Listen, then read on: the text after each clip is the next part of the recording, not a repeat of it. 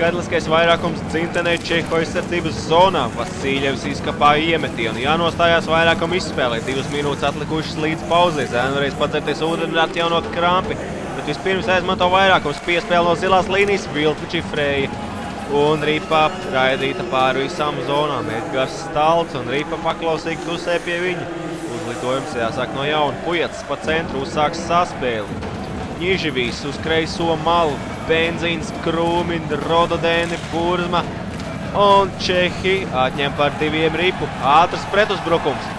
Piespēle partnerim, Gripa pār Stenderi. Čehi gūst vārtus, Šķūrīti.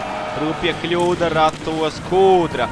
Sprukts izkapā iemetienu, bet Ripa pie Čehiem. Piespēle vārtu priekšā, bet Edgars tīrus pieredzīt izmet priekšā citu. Ļoti lieliski iespēju Čehiem. Tie, kas brauc ar Škodu, turpina ofensīvu. Bet Latvijas aizsardzība cenšas apslāpēt motoru Čehiem, un tas izdodās. Uzsāk uzbrukumu. Ripa tiek pazaudēta. Atkal atgūta, uzbrukums turpinās. Piespēle spruktam un toč pat Dzelzi. Lieliski iespēja gūt pirmos vārdus Latvijas labā. Edgars joprojām Stalts, ledus balts.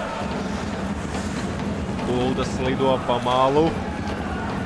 Raida Ripa Čehu zonās, Saulietis kapājās pretējā borta pusē. Piespēle uz vidu! Sergejs Pečūra guvst vārtu, Stārga Lancīti un Sižetiņi tīri trillerīti. Maisam gals ir vaļā, spēks ir Latviju gaļā. Jā, iepriekšējā situācijā varam redzēt, kā tomēr Vokons ar savu viltīgu slaveno pleciņu maina Ripas virzienu. Un Ripa trāpa trubu. Bet nākošajā sižetiņā Sergejs parāda, kāds efekts ir bērzu sulai.